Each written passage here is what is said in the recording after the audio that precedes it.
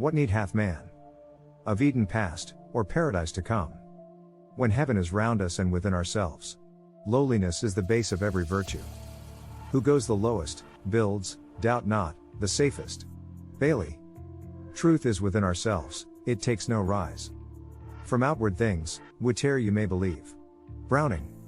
It is one of the paradoxes of truth that we gain by giving up, we lose by greedily grasping. Every gain in virtue necessitates some loss in vice, every accession of holiness means some selfish pleasure yielded up, and every forward step on the path of truth demands the forfeit of some self-assertive error.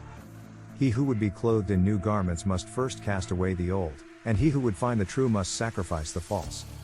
The gardener digs in the weeds in order that they may feed, with their decay, the plants which are good for food, and the tree of wisdom can only flourish on the compost of uprooted follies. Growth, gain necessitates sacrifice, loss. The true life, the blessed life, the life that is not tormented with passions and pains, is reached only through sacrifice, not necessarily the sacrifice of outward things, but the sacrifice of the inward errors and defilements, for it is these, and these only, which bring misery into life. It is not the good and true that needs to be sacrificed but the evil and false, therefore all sacrifice is ultimately gain, and there is no essential loss. Yet at first the loss seems great, and the sacrifice is painful, but this is because of the self-delusion and spiritual blindness which always accompany selfishness, and pain must always accompany the cutting away of some selfish portion of one's nature.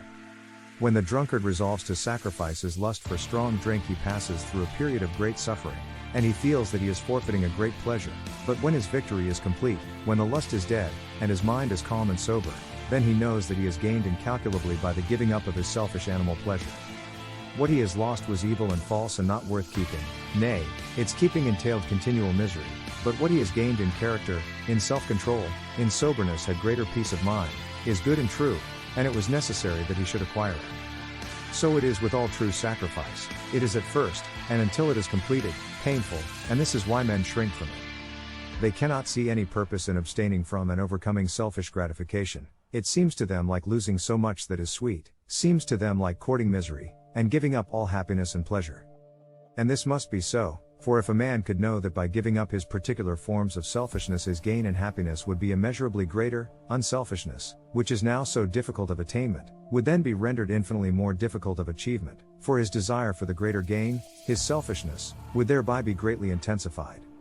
No man can become unselfish, and thereby arrive at the highest bliss, until he is willing to lose, looking for neither gain nor reward. It is this state of mind which constitutes unselfishness.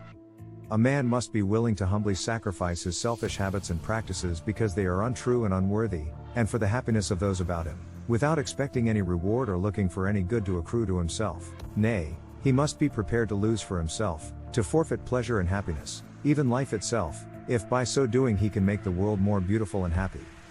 But does he lose? Does the miser lose when he gives up his lust for gold?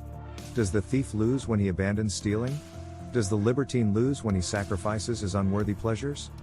No man loses by the sacrifice of self, or some portion of self. Nevertheless, he thinks he will lose by so doing. And because he so thinks he suffers, and this is where the sacrifice comes in. This is where he gains by losing. All true sacrifice is within, it is spiritual and hidden, and is prompted by deep humility of heart. Nothing but the sacrifice of self can avail, and to this must all men come sooner or later during their spiritual evolution. But in what does this self-abnegation consist? How is it practiced? Where is it sought and found? It consists in overcoming the daily proneness to selfish thoughts and acts. It is practiced in our common intercourse with others, and it is found in the hour of tumult and temptation.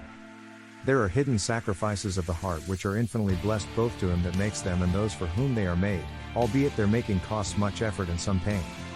Men are anxious to do some great thing, to perform some great sacrifice which lies beyond the necessities of their experience, while all the time, perhaps, they are neglecting the one thing needful, are blind to that sacrifice which by its very nearness is rendered imperative. Where lurks your besetting sin? Where lies your weakness? Where does temptation assail you most strongly? There shall you make your first sacrifice, and shall find thereby the way unto your peace. Perhaps it is anger or unkindness. Are you prepared to sacrifice the angry impulse and word, the unkind thought and deed? Are you prepared to silently endure abuse, attack, accusation, and unkindness, refusing to pay back these in their own coin?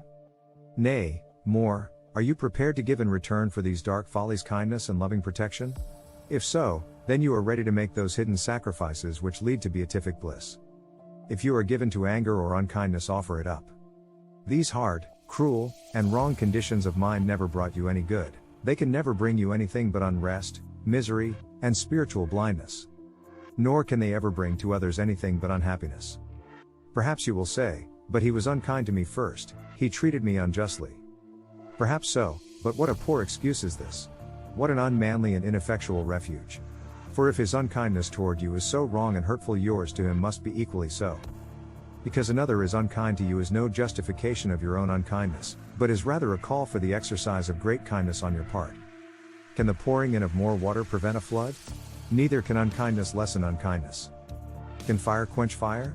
Neither can anger overcome anger. Offer up all unkindness, all anger. It takes two to make a quarrel, don't be the other one. If one is angry or unkind to you, try to find out where you have acted wrongly, and, whether you have acted wrongly or not, do not throw back the angry word or unkind act.